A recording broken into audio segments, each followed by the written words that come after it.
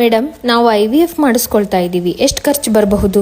Hello hi, ನನ್ನ ಹೆಸರು doctor Geetha S K, ನಿಮ್ಮ ಗೈನಕಾಲಜಿಸ್ಟ್ ಮತ್ತು IVF ಸ್ಪೆಷಲಿಸ್ಟ್. ಟೋಟಲ್ ಖರ್ಚನ್ನ ತಿಳ್ಕೊಳ್ಬೇಕಂದ್ರೆ ವಿಡಿಯೋನ ಕೊನೆ ತನಕ ನೋಡಿ. ಸೊ ಒಂದ್ಸತಿ ನೀವು IVF ಮಾಡಿಸ್ಕೊಳ್ಳೋದು ಕನ್ಫರ್ಮ್ ಆದ್ಮೇಲೆ ನಾವು ಸ್ಟೆಪ್ ಬೈ ಸ್ಟೆಪ್ ಹೋಗ್ತೀವಿ. ಮೊದಲನೇದಾಗಿ ಬ್ಲಡ್ ಟೆಸ್ಟ್, ಇದು 5 ರಿಂದ 10 ಸಾವಿರ. ಎರಡನೇದಾಗಿ ಹಾರ್ಮೋನಲ್ ಇಂಜೆಕ್ಷನ್ಸ್, ಇದು ಅಂಡಾಣುಗಳನ್ನ ದೊಡ್ಡದಾಗಿ ಮಾಡ್ಲಿಕ್ಕೆ ಕೊಡುವಂತಹ ಇಂಜೆಕ್ಷನ್. ಇದೇ ಒಂದು ಮೇಜರ್ ಖರ್ಚು, ಇದು 1 ಲಕ್ಷದವರೆಗೆ ಬರುತ್ತೆ. ಮೂರನೇದು ಅಂಡಾಣುಗಳನ್ನ ಹೊರಗಡೆ ತೆಗೆಯುವಂತಹ ಪ್ರೊಸೀಜರ್, 10 ರಿಂದ 15 ಸಾವಿರ. ನಾಲ್ಕನೇದು ಲ್ಯಾಬ್ ಅಲ್ಲಿ ಮಗು ಮಾಡುವಂತಹ ಪ್ರೊಸೀಜರ್, ಇಕ್ಸಿ ಅಂತ ಅಂತೀವಿ, ಇದಕ್ಕೆ 35 ರಿಂದ 50 ಸಾವಿರ. ಐದನೇದು ಈ ಮಗು ಅಥವಾ ಎಂಬ್ರಿಯೋನ ನಾವು ಗರ್ಭಕೋಶಕ್ಕೆ ಟ್ರಾನ್ಸ್ಫರ್ ಮಾಡೋಕಿನ ಮುಂಚೆ ಹಿಸ್ಟ್ರೋಸ್ಕೋಪಿ ಮಾಡ್ತೀವಿ, ಅದಕ್ಕೆ 10 ರಿಂದ 15 ಸಾವಿರ. ಟ್ರಾನ್ಸ್ಫರ್ ಮಾಡುವಂತಹ ಪ್ರೊಸೀಜರ್ಗೆ 5 ಸಾವಿರ. ಸೊ ಟೋಟಲ್ ಖರ್ಚು ಬಂದ್ಬಿಟ್ಟು 2.5 ಲಕ್ಷದಿಂದ 3 ಲಕ್ಷದವರೆಗೆ ಆಗುತ್ತೆ.